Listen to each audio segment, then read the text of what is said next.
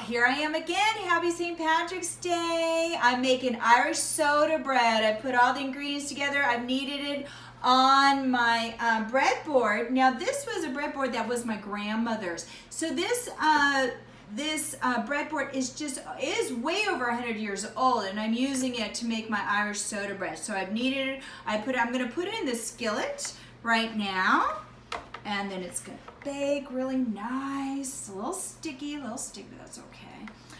What you're supposed to do is cut a little X in the top. So I'm going to start at the top and go across, and then I'm going to go on this side, and I'm going to make another little cross right there.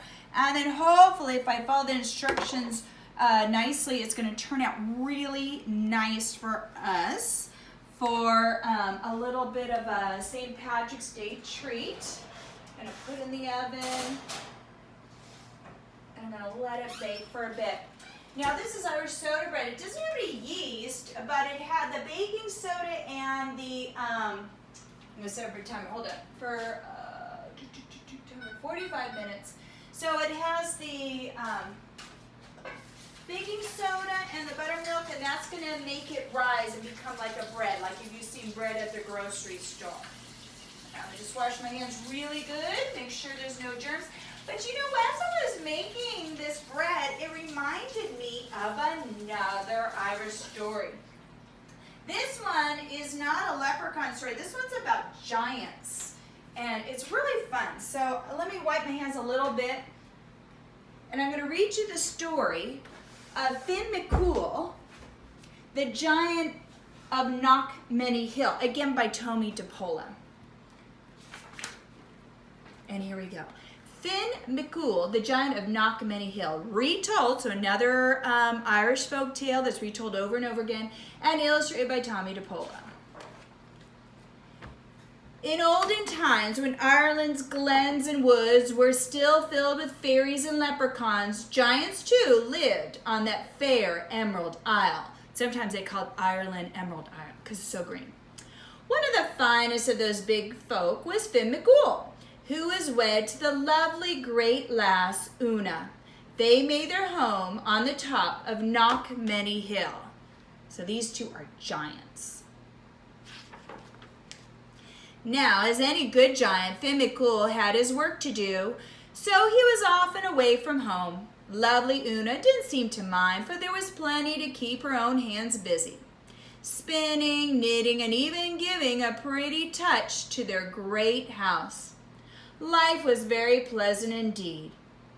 One morning, when Finn McCool was busy working with his kin, building a causeway to Scotland, the word came that Cuchulainn was coming. Uh-oh, we have a problem. Cuchulainn was a giant too, and without a doubt, the strongest in that part of the world. When he walked, the very earth trembled, and with one blow of his fist, he had flattened a thunderbolt so it looked like a pancake. He was so proud of that feat that he kept the thunderbolt in his pocket to show all just how strong he was. Every giant in Ireland had been given a good beating by Cuchulainn. Every giant, that is, except Finn McCool.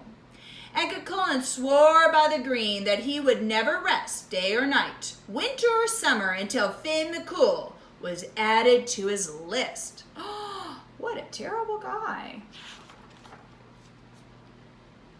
So far, Finn had been smart enough. He kept moving about whenever he heard that Cuchulainn was in the neighborhood. But this time, Cuchulainn was sure to get him. So Finn left the causeway and sped off for Knockmany Hill, his house, and his darling Una.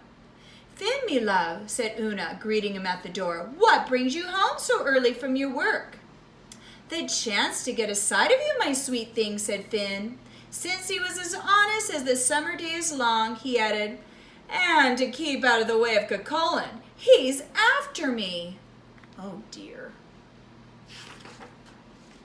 Una soothed her husband and brought him his slippers and lit a pipe for him. She stirred up the peat fire so it would be cozy. Then she set down a huge mug of stout and cut a gigantic slab of soda bread for her dearie. Soda bread, that's just what we have in the oven right now. Finn, husband of mine, enough is enough, said Una as gently as she could. For years you've been hiking around from one place to another to avoid this Cuchulainn. Why, you even built our house high on this windiest of hills so you'd be able to spy him coming. You'll not get a moment's rest until you stand fast and face him.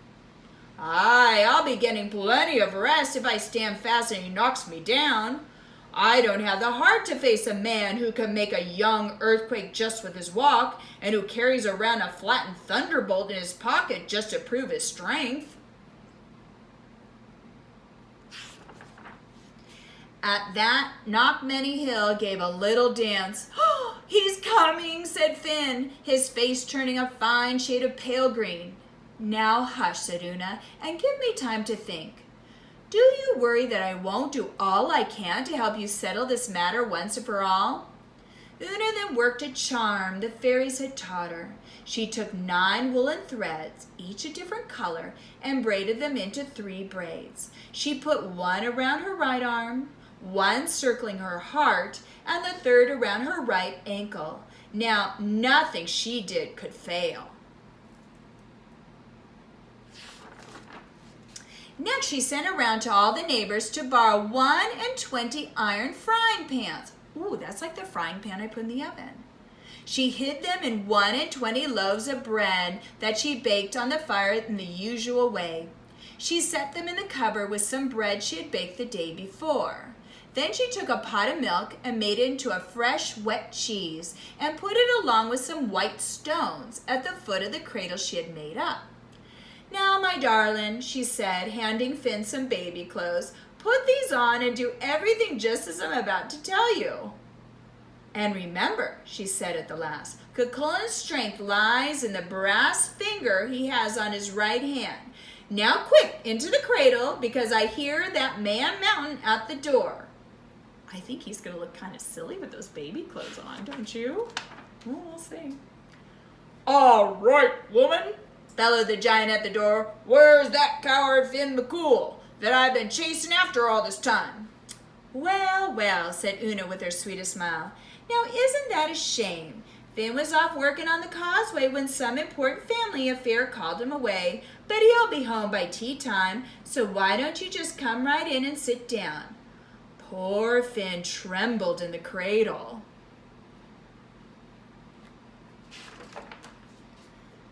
See this, Cuchulainn said, pulling what looked like a pancake out of his pocket. This was a thunderbolt until I caught it and flattened it, and that's what I'm going to do to Finn McCool too. Tis, tis, said Una. That might not be as easy as you think. Finn McCool's a big broth of a man. Why, take a look at her little baby, and you might be getting an idea of the strength and breadth of Finn himself. Cuchulainn peeked into the cradle. Cheer up, said the huge baby, looking back at him. My, said Cuchulainn, what a big boy. While you're waiting, why don't you have a bite to eat, said Una. She put some loaves of bread on the table, along with a can or 2 of butter and a pile of cabbages.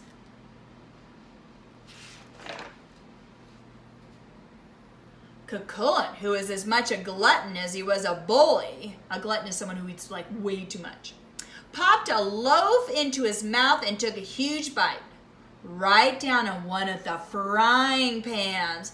Clang! Yo! Shouted Cuchulainn. What kind of devil's bread is this? Here are 2 of my teeth out. That's Finn's bread. The only kind he eats, says Una. Is it a bit too tough for you? Too tough for me, shouted Cuchulainn. I should say not. Give me another. Cuchulainn chopped into another loaf and into another frying pan. Oh, I'll not have a tooth left in my mouth, woman. There's 2 more out. Cuchulainn hollered even louder. Oh, look at all his teeth missing. Some of you have teeth missing, too. The baby began to holler, too. Hungry, hungry, hungry. Oh, sweet dumpling, said Una, and she handed baby Finn a loaf. And because there was no frying pan in it, Finn ate it right down. More, said the baby, and he gobbled up another loaf. He seems a strong lad, said Cuchulainn, getting a little worried. If this was the baby, the father must indeed be a bit stronger than Cucullin thought. Ah, yes, said Una, beaming. Why, instead of dollies, he loves to play with those white stones there in his cradle. Show the nice man, baby dear.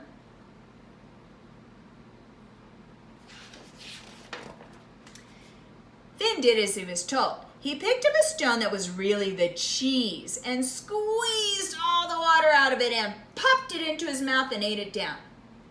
Cucullin was not to be outdone by a baby. He grabbed a stone and squeezed. And he squeezed and squeezed. Squeeze as he might, he couldn't get one drop of water out of it. He popped it in his mouth, and with a chomp, there went the rest of his teeth. Now he's a toothless giant. The howl that came out of him almost broke all the windows. When he finally calmed down, Cucullin said to Una, "What kind of teeth does that lad have? They must be made of iron. Let me see your chompers, baby." At that, baby Finn opened wide his mouth, and Cucullin stuck in his brass finger.